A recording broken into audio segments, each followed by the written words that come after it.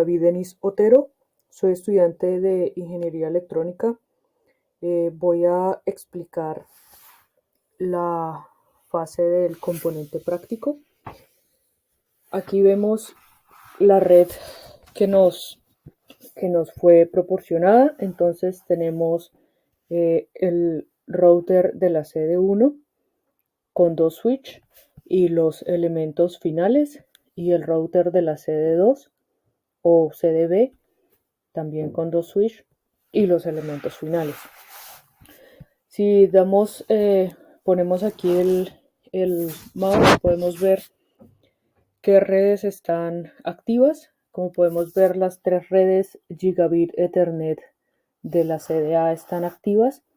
Una que es esta rama que va al switch 0, otra que va al switch 1 y la otra que va al modelo que fue reemplazado para el componente práctico. Igualmente pasa aquí. Aquí podemos ver las 3 redes Gigabit Ethernet con su respectiva dirección IP. Para el componente práctico se nos pide la configuración para garantizar 10% de ancho de banda para el protocolo HTTP, 20% del ancho de banda para multimedia RTP y 25% para voz y videoconferencia. Bueno, también se nos pide que definamos otras cosas como por ejemplo el protocolo a usar, que en este caso se usó el OSPF, y que se declaren las prioridades, etc. Todo esto lo podemos ver ejecutando en los routers el comando show running config, y entonces ahí nos provee de toda la configuración que fue guardada en el router. Podemos ver entonces la configuración de las redes con su respectiva dirección IP. Nos muestra si está activa o no. Podemos ver las clases que se realizaron para cumplir con las 3 condiciones de HTTP, RTP y multi. Multi aquí significa voz y videoconferencia. Y aquí vemos la política que se usó, y vemos que tal como se nos pidió, 10% para HTTP, 20% para multimedia RTP y 25% para voz y videoconferencia. Aquí podemos ver las redes de acuerdo a las subredes que se diseñaron. Podemos ver también que se programó en el router el protocolo OSPF con estas 2 networks, y podemos ver los permisos que se le asignaron a cada una de las clases que se definieron. Si colocamos el comando show IP interface brief, podemos ver entonces las redes, la dirección de cada red y si estas están activas o no, con up o down. En este caso, 2 redes están activas en este router. Podemos ver también que si se hace un pin, por ejemplo, a la red general del router de la CDA desde el PC0, se puede enviar toda la información sin ningún inconveniente. Ahora, si queremos hacer pin, por ejemplo, de este PC a este PC que tiene la dirección 22, vemos que también va sin ningún problema. Y si queremos de pronto hacer pin a este servidor, que en este caso tiene la dirección que termina en 27, vemos que se realiza sin ningún problema.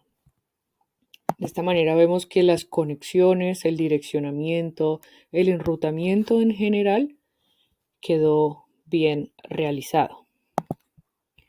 En este caso, la red MPLS también se configuró de acuerdo a lo estipulado y se puede ver con los comandos de show para ver específicamente lo que uno quiera, pero el show running config genera un resumen de todo.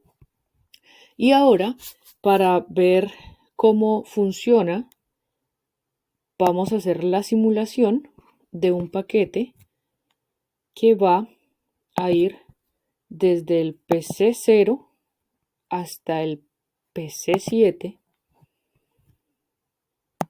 y vamos a ver cómo se va generando el tráfico en la red. Como sabemos, las redes van a buscar siempre, en este caso, el camino más corto. Por eso aquí, por ejemplo, veremos que pasa de P1 a P3 en lugar de ir de P1 a P2 y luego a P3. Porque ese es el tramo más corto. Y ahí se va generando el tráfico de la red. Lo podemos ver en la pantalla al lado derecho, hasta que finalmente el último switch envía los paquetes a todos los elementos finales, pero llega únicamente correctamente al PC7, que fue el que yo señalé como final.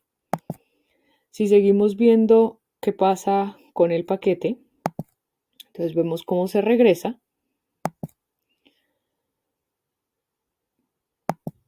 Hasta el momento por la misma ruta en la que vino.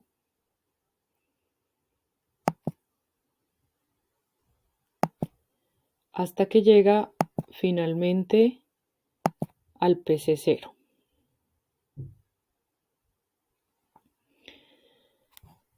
Podemos poner otro paquete, por ejemplo, del PC1 al PC6 y seguir realizando el proceso.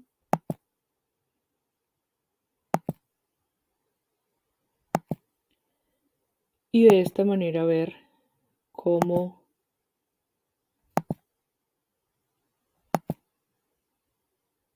la configuración realizada es correcta. Aquí se pueden editar los filtros. Por ejemplo, si se dejan solo los protocolos que se han trabajado en la red, entonces podemos ver cómo otro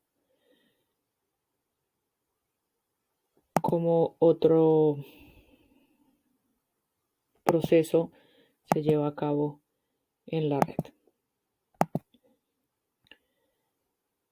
De esta manera, pues comprobamos que la configuración realizada mediante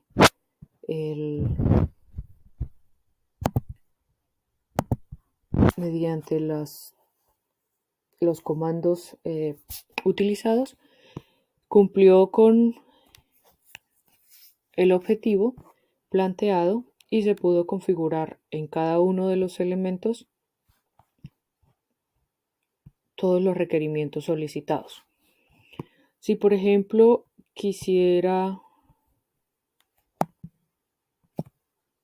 finalmente una última comprobación desde el browser, ir a la dirección IP de este servidor.